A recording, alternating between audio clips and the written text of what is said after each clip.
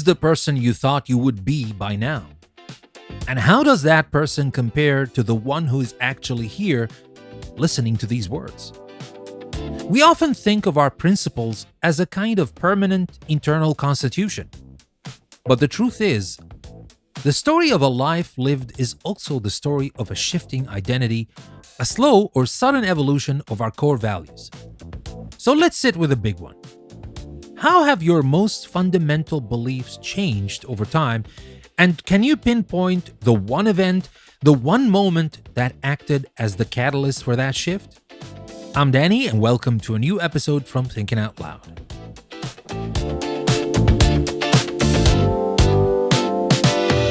When we think of our core values, we often imagine them as a solid bedrock foundation upon which we build our entire life. Honesty, loyalty, ambition, kindness. They are the things that are supposed to be immovable, our North Star in a confusing world. And for some, maybe they are. But for many of us, it's not that simple. Is it possible our values are less like bedrock and more like a powerful river? The river has a definite direction, a powerful current. But over time, the current can carve new canyons, smooth out rough stones, and change its own course in response to the landscape. It's still the same river, but its path has been altered by experience. Does changing a core value mean you were wrong before? Or does it simply mean you've grown? There's a certain romanticism to having unwavering principles, but there's also a profound beauty in having the wisdom to let a value evolve when life presents you with new, undeniable evidence. Is it a betrayal of your younger self to change your mind? Or is it the ultimate tribute to the life they lived and the lessons they learned for you?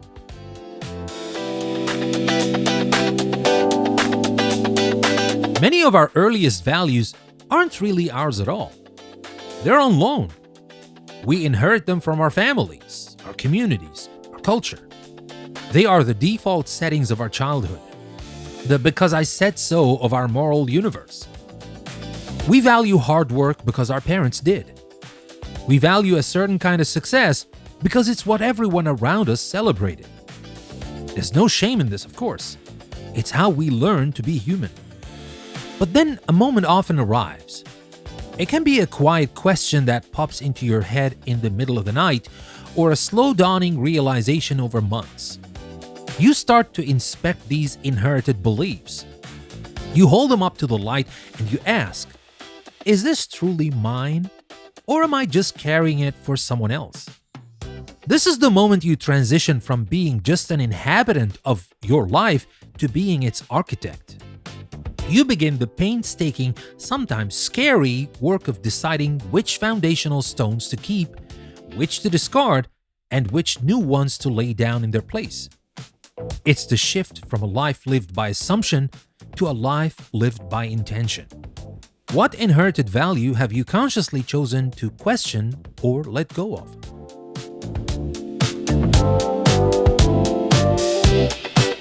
While some values shift slowly, others are redefined in an instant by a single seismic event. These are the earthquakes of the soul, the moments that shake our bedrock so profoundly that the entire landscape of our inner world is permanently altered. Maybe it was a moment of profound loss. When you lose someone you love, the abstract value of ambition or wealth can suddenly seem hollow, replaced by the visceral, desperate value of presence, connection, and time. The world's priorities fade to black and white, and what truly matters comes into sharp, painful focus.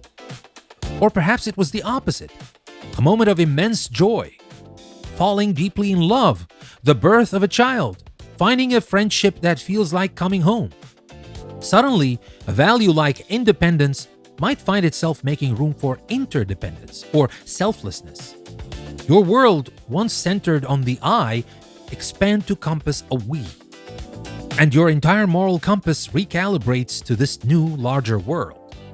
Sometimes the earthquake is failure, hitting rock bottom, losing the job, ending the relationship, watching a dream crumble to dust. In the wreckage, The value of perfection or control shatters, and what grows in its place can be something far more durable: resilience, self-compassion, humility. In our lowest moments, we often find our most profound and lasting truths. What was the earthquake that remade you?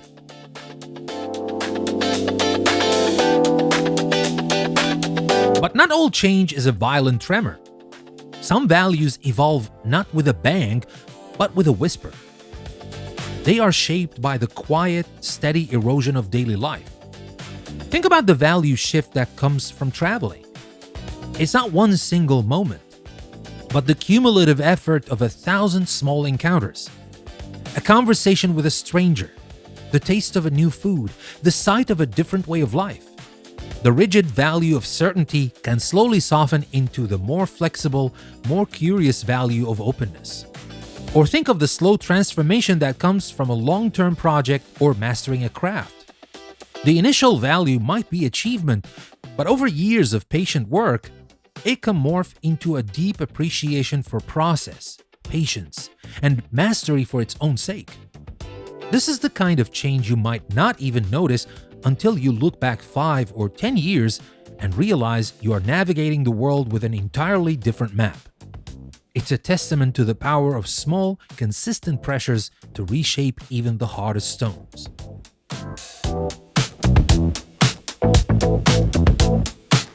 Now here's where it gets beautifully messy. What happens when your values conflict?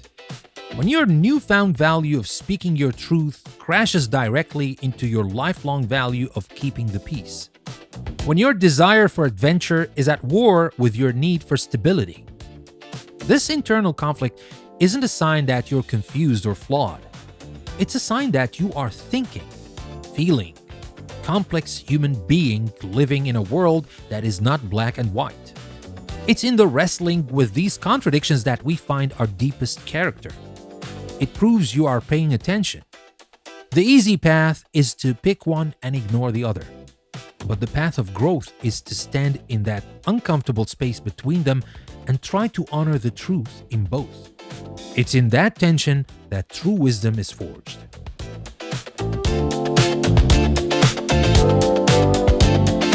The person you are today is a living museum of all the people you have been.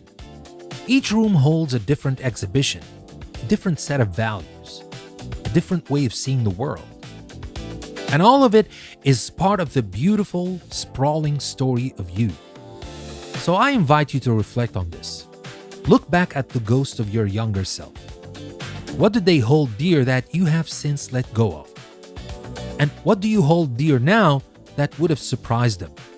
What was the moment, the earthquake or the quiet dawn, that changed the architecture of your soul?